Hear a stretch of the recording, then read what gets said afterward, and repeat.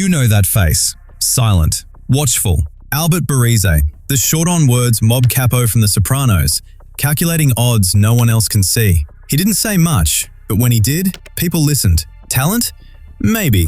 Or was it muscle memory? Because Richard Maldone wasn't just playing a gangster. Raised in Queens, Brooklyn, and Long Island, fistfights, burglaries, assaults, things fell off trucks, or he took the trucks. Firearm possession, stolen cars, jail, hospitals.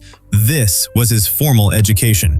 Richie's formal introduction to organized crime came under a feared Colombo capo, Dominic Little Dom Cataldo, before receiving a life sentence in the 1986 commission trial. Cataldo was grooming him for the life. FBI wiretaps flagged Richie Blue Eyes' name a few times, but we couldn't nail down his loyalties or who he was for a while. After Cataldo was gone, he ended up under the wing of Gambino captain Nick Carrozzo in Canarsie, Brooklyn, years later making his home with Nick's brother, Gambino capo then consigliere Jojo Carrozzo in Ozone Park, Queens. Maldone was an usher in Colombo, wise guy Craig Marino's wedding.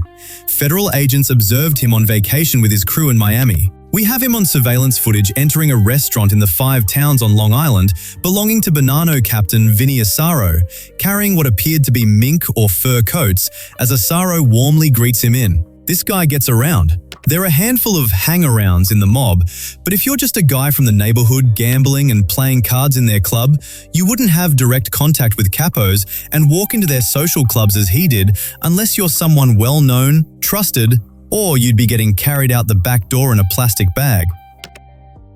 Cataldo was heard on a monitored call from prison in Missouri, referring Maldone to his longtime friend, Lucchese captain Joe D. DeFede. "Go see him at his bar in Ozone Park, he's expecting you."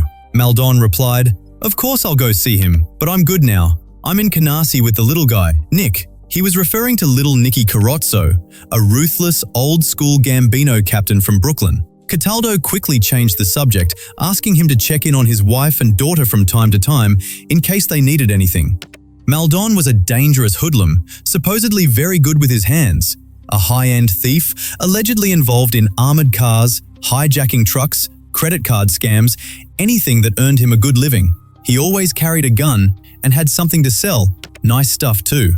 A federal informant, Howie Santos from Queens, says, "He stayed by our club for many years. Jojo really liked him.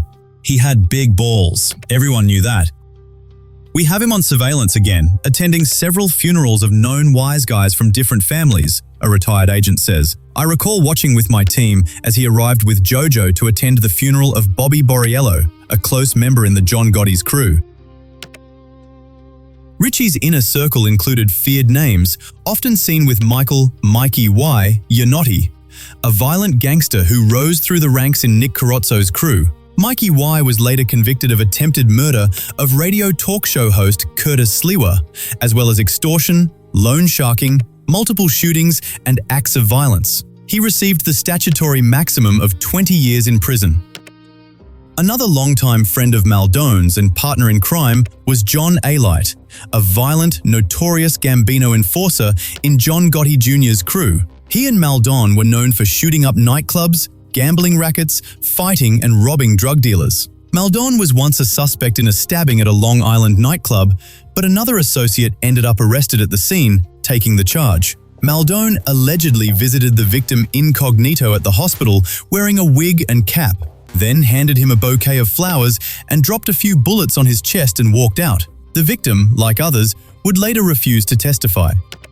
Years later, Maldone would walk into a Queens' court with his boss's son, Joseph Carrozzo Jr., a crafty mob lawyer, and take a deal on a case for a grand auto theft car ring. There were a couple of other assault and fraud cases, but were dismissed or dropped by the victims.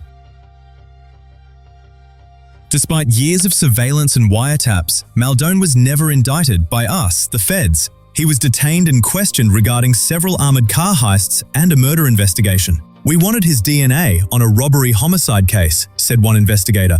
This time, he brought in mob attorney Richard Raybock, passed the test. Negative, no evidence and no witness testimony. We believe he was clean on this one. Federal agents from 2 other districts came to grill him on a list of crimes and organized crime affiliations. Maldone, like the actor he would later become, sat there cool as ice when asked, "Who the hell are you with all these wise guys?" Maldone replied, "I don't know what you're talking about." Another agent mentions some names and shows him few photos of himself standing in the doorway of John Gotti's Bergen Hunt and Fish Club at a July 4th party with Gambino wise guy Ronnie One-Arm Trucchio. Another photo walking through the 18th Avenue feast with Gambino captain Jackie D'Amico after being seen and followed from the social club of his mentor Jojo Carrozzo on 101st Avenue in Queens. Maldone replied, "Oh, maybe I met a few guys from the softball league I'm in. I think they own the bars that sponsor games and t-shirts. I don't know what they do. Who am I to ask questions?" We all laughed. This guy's pretty good. NYPD pulled him in on a case several years before I retired, a retired agent says. I looked at the indictment and spoke with the detective in charge. They had no case on him. A plainclothes detective and informant entrapped him trying to sell him a gram of the club drug ketamine. He got suspicious and threw them out of his apartment. The only reason they chose to prosecute him was to get publicity for their case, because he was an actor on The Sopranos. His case was dismissed. I wanted this guy, you know? Cops and robbers. That's the game we play. He was pretty slick. After he got off state prison, we were still on him. His boss was locked up. Ronnie One-Arm, allegedly now a capo himself, got life. And his robbery crew were all away serving long sentences. I guess if you're having second thoughts about changing your career, this was a perfect time. And just like that, he was gone. Not totally off our radar, but from the life. Who knows? They say a leopard don't change his spots. If he does come back, he'll fuck up. They always do.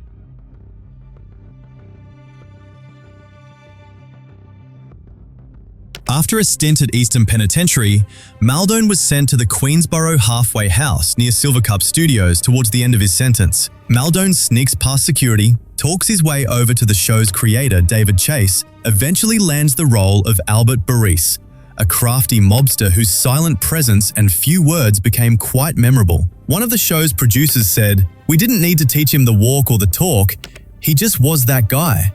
Maldone told one of his producers, a close friend, offered to lean on Chase to expand his role. He refused. "If I can't make it on my own on this show, I'm in the wrong business."